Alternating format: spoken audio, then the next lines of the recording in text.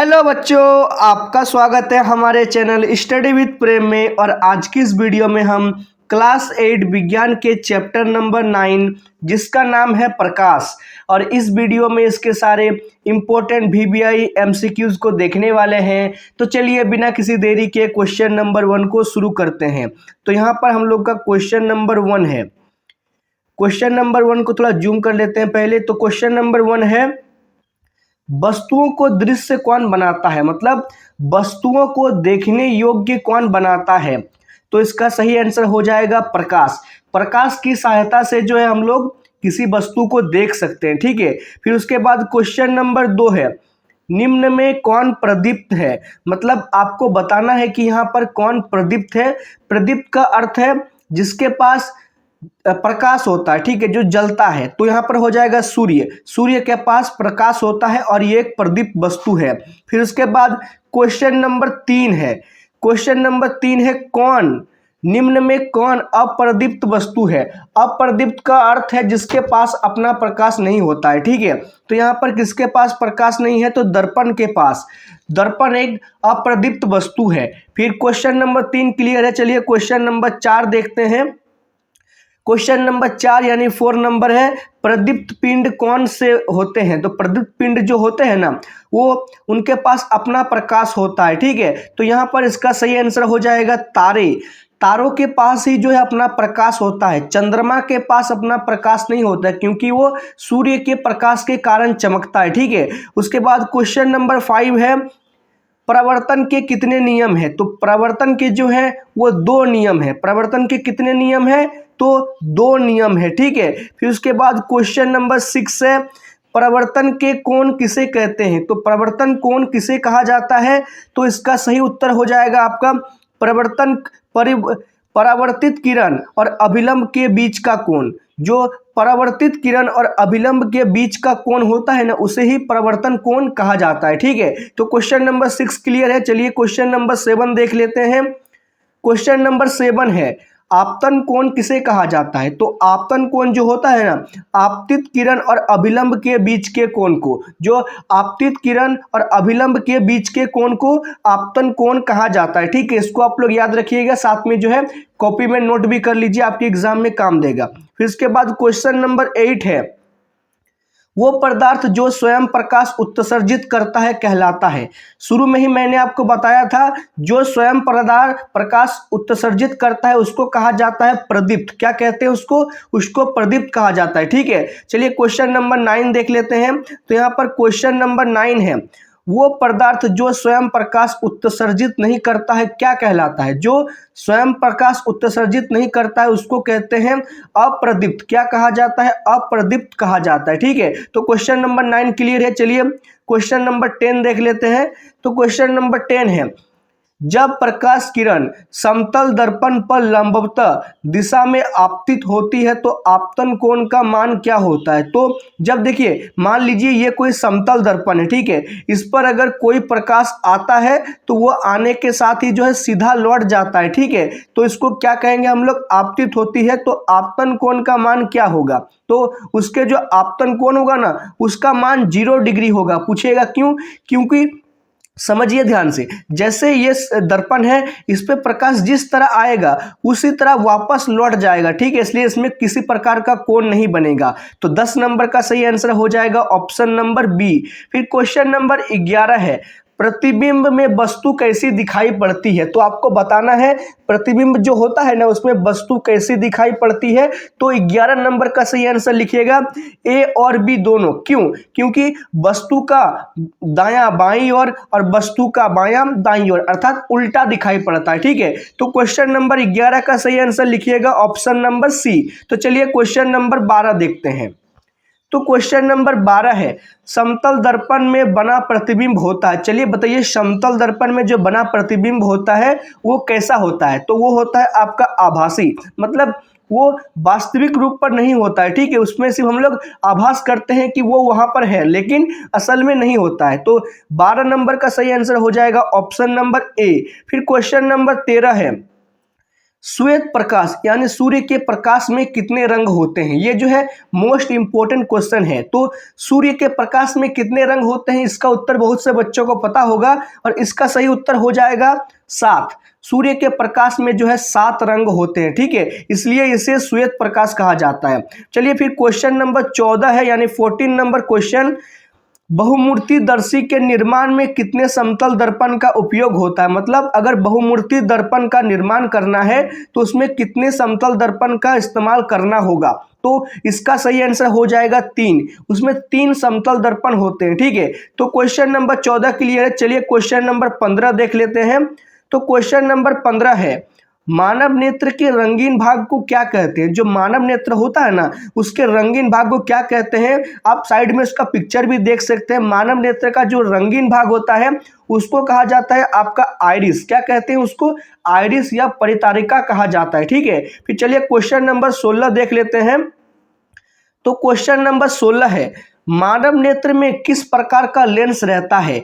तो जो मानव का नेत्र होता है ना, उसमें आपका लगा होता है कौन सा लेंस? उत्तल लेंस लगा होता है, ठीक है, उसमें उत्तल लेंस पाया जाता है। फिर क्वेश्चन नंबर 17 है, मानव नेत्र में वस्तु का प्रतिबिंब किस भाग पर बनता है? मतलब कोई मानव नेत्र है, ठीक है, उसमें वस्तु का प्रतिबिंब उस नेत्र के किस भाग में बनेगा? तो वो बनेगा आपका रेटिना पर, और रेटिना को दृष्टि पटल भी कहा जाता है, ठीक है, इसको आप लोग याद रखिएगा। चलिए क्वेश्चन नंबर 18 देख लेते हैं। तो क्वेश्चन नंबर 18 है, आंख से दिव्यांग व्यक्ति के लिए कौन सी लिपि लोकप्रिय है? यह भी क्वेश्चन इंपॉर्टेंट है।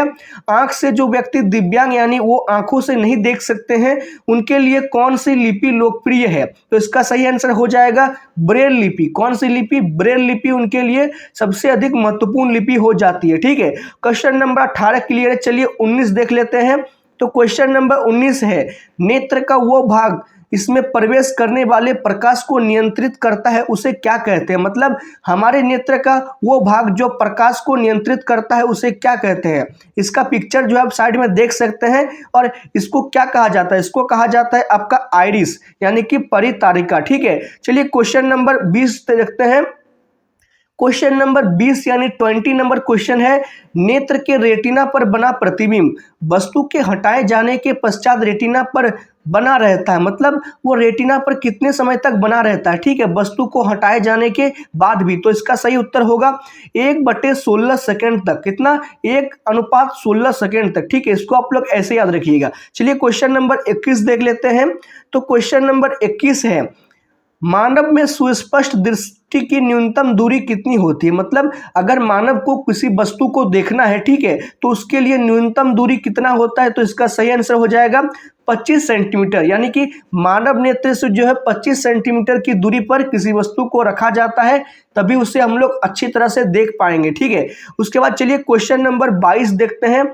तो क्वेश्चन नंबर 22 है, आइरिस में स्थित छोटे छिद्र को क्या कहते हैं? मतलब जो आइरिस में छोटे छोटे छिद्र होते हैं ना, उनको क्या कहा जाता है? तो उनको कहा जाता है पुतली। क्या कहते हैं उनको?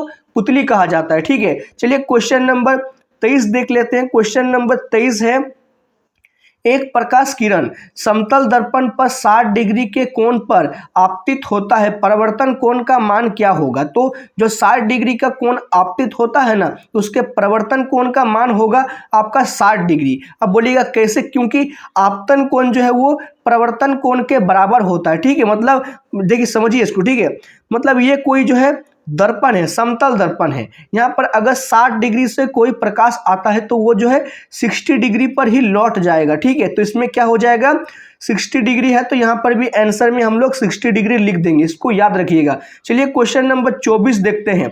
तो क्वेश्चन नंबर 24 है, यदि आपतन कोण 30 डिग्री है तो प्रवर्तन कोण का मान क्या होगा? तो हम लोगों ने पढ़ा है, यदि आपतन कोण 30 डिग्री है तो प्रवर्तन कोण का भी मान कितना होगा? 30 डिग्री ही होगा, ठीक है, इसको आप लोग याद रखिएगा। चलिए क्वेश्चन नंबर 25 देखते हैं। क्वेश्चन नंबर 25 है, आपतन कोण तथा प्रवर्तन कोण का मान डैश होता है। मतलब यदि आपतन कोण और प्रवर्तन कोण का मान क्या होता है? तो समान होता है। मतलब जितना आपतन कोण का मान होगा उतना ही प्रवर्तन कोण का मान होगा, ठीक है। तो 25 का सही आंसर होगा ऑप्शन नंबर बी। तो क्वेश्चन नंबर 26 है, अगर दो समतल दर्पण 90 डिग्री के कोण पर रखे हैं तो उनके बीच रखी वस्तु की संख्या कितनी होती है। मतलब अगर दो समतल दर्पण 90 डिग्री के कोण पर रखे हुए हैं तो उनके बीच रखे प्रतिबिंब की संख्या कितनी होगी।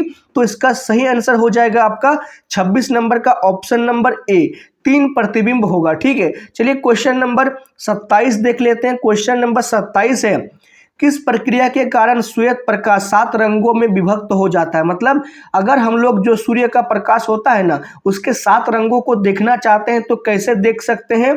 तो इसका सही आंसर आपका हो जाएगा ऑप्शन नंबर ए, विक्षेपण, प्रकाश का वर्ण विक्षेपण। अगर हम लोग इसको कर देते हैं तो हम लोग श्वेत प्रकाश के 7 रंगों को विभक्त कर सकते हैं। ठीक है, चलिए क्वेश्चन नंबर 28 देखते हैं। तो क्वेश्चन नंबर 28 है, आपतन कोण प्रवर्तन कोण के मान का बराबर होता है। मतलब जो आपतन कोण है वो प्रवर्तन कोण का मान का बराबर। तो इसका सही उत्तर हो जाएगा सदैव। सदैव वो आपतन कोण और प्रवर्तन कोण का मान जो है बराबर हो जाएगा। ठीक है, क्वेश्चन नंबर 29 देखते हैं। क्वेश्चन नंबर 29 है, कृषि पृष्ठ पर पड़ने वाली प्रकाश की किरण को क्या कहते हैं। मतलब अगर कोई पृष्ठ है, ठीक है, उस पर प्रकाश की किरण पड़ती है तो उसको क्या कहा जाता है। तो उसको कहते हैं आपतित किरण। मतलब वो जो है उसमें आ गया, ठीक है, आने को कहा जाता है आपतित, और जो चला गया उसे कहते हैं परावर्तित। ठीक है, इसको याद रखिएगा। चलिए क्वेश्चन नंबर क्वेश्चन नंबर 30 देख लेते हैं। 30 नंबर क्वेश्चन,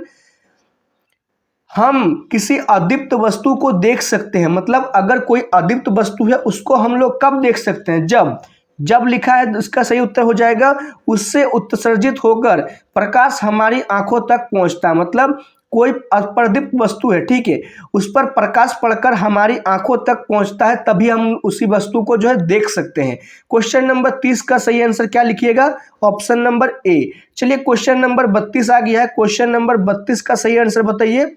पहले क्वेश्चन पढ़िए, निम्न में से कौन सी जोड़ी हमेशा बराबर होता है। मतलब हमेशा बराबर होने वाला जोड़ी कौन है। तो इसका सही उत्तर लिखिएगा, आपतन कोण और प्रवर्तन कोण, ये सदैव जो है बराबर हो जाता है। चलिए क्वेश्चन नंबर 32 है, वो यंत्र जो दृष्टि रेखा पर नहीं रहने वाली वस्तु को दिखा सकता है उसे क्या कहते हैं। मतलब यदि वो यंत्र जो दृष्टि रेखा पर नहीं रहने वाली वस्तु को भी दिखा सकता है उसको हम लोग क्या कहते हैं, क्या कहा जाता है उसको कहा जाता है आपका पेरिस्कोप कहा जाता है उसको। ठीक है, तो 32 का सही आंसर क्या लिखिएगा, ऑप्शन नंबर ए, पेरिस्कोप। क्या बोलिएगा, पेरिस्कोप। चलिए क्वेश्चन नंबर 33 देखते हैं। क्वेश्चन नंबर 33 है, इंद्रधनुष बनने के पीछे कौन सी प्रक्रिया निहित होती है। जो इंद्रधनुष बनता है ना उसके पीछे कौन सी प्रक्रिया निहित होती है, मतलब कौन सी प्रक्रिया होती है। तो इसका सही उत्तर लिखिएगा, वर्ण विक्षेपण। कौन सी प्रक्रिया, वर्ण विक्षेपण के कारण जो है इंद्रधनुष बनता है। ठीक है, तो क्वेश्चन नंबर 34 है, एक यंत्र का नाम बताएं जो प्रवर्तन के नियम पर आधारित है। मतलब उस यंत्र का नाम बताना है जो प्रवर्तन के नियम पर आधारित रहता है। तो 34 नंबर का सही आंसर हो जाएगा ऑप्शन नंबर ए, पेरिस्कोप। ठीक है, चलिए क्वेश्चन नंबर 35 देखते हैं। क्वेश्चन नंबर 35 है, पेरिस्कोप में कितने दर्पण का उपयोग किया जाता है। जो पेरिस्कोप होता है ना, पेरिस्कोप का पिक्चर आप लोग साइड में देख सकते हैं। पेरिस्कोप में कितने दर्पण का उपयोग किया जाता है। तो इसका सही उत्तर हो जाएगा आपका ऑप्शन नंबर बी, 2 दर्पण का उसमें प्रयोग किया जाता है। ठीक है, चलिए क्वेश्चन नंबर 36 देखते हैं। क्वेश्चन नंबर 36 है, पेरिस्कोप किस सिद्धांत पर कार्य करता है। जो पेरिस्कोप होता है ना वो किस सिद्धांत पर कार्य करता है। तो 36 नंबर का सही आंसर हो जाएगा ऑप्शन नंबर ए, प्रवर्तन के नियम पर। पेरिस्कोप जो है वो प्रवर्तन के नियम पर कार्य करता है। तो क्वेश्चन नंबर 37 है, कलाइडोस्कोप में प्रयुक्त दर्पण कौन सा है। तो उसमें कौन सा दर्पण लगा हुआ होता है। तो उसमें समतल दर्पण, कलाइडोस्कोप में समतल दर्पण लगा होता है। ठीक है, तो 37 का सही आंसर हो जाएगा ऑप्शन नंबर बी। तो क्वेश्चन नंबर 38 है, पेरिस्कोप बनने में निम्न में कौन सा प्रयुक्त होता है। मतलब पेरिस्कोप जो बनता है ना उसमें कौन सा एक प्रयुक्त होता है, इसमें क्या होना चाहिए। तो 38 नंबर का सही आंसर हो जाएगा समतल दर्पण, क्योंकि पेरिस्कोप में जो है समतल दर्पण होता है। ठीक है, तो क्वेश्चन नंबर 39 और लास्ट क्वेश्चन है इस चैप्टर का। तो क्वेश्चन नंबर 39 है, नीचे दिए गए चित्र ए, बी और सी के प्रवर्तक सतहों पर प्रकाश की किरणें पड़ती है। मतलब यहाँ पर जो है एक सतह, 2 सतह और 3 गो सतह दिया हुआ है। तो इसमें बताना है आपको किसमें प्रकाश की किरण पड़ती है। तो प्रकाश का जो किरण है ना, बताइए किस सतह में आपतन कोण प्रवर्तन कोण के मान के बराबर होगा। तो देखिए, जो आपतन कोण और प्रवर्तन कोण का मान तभी बराबर होता है जब वो कोई सतह या दर्पण समतल होता है। ठीक है, तो यहाँ पर समतल कौन है पहले आप लोग खोजिए।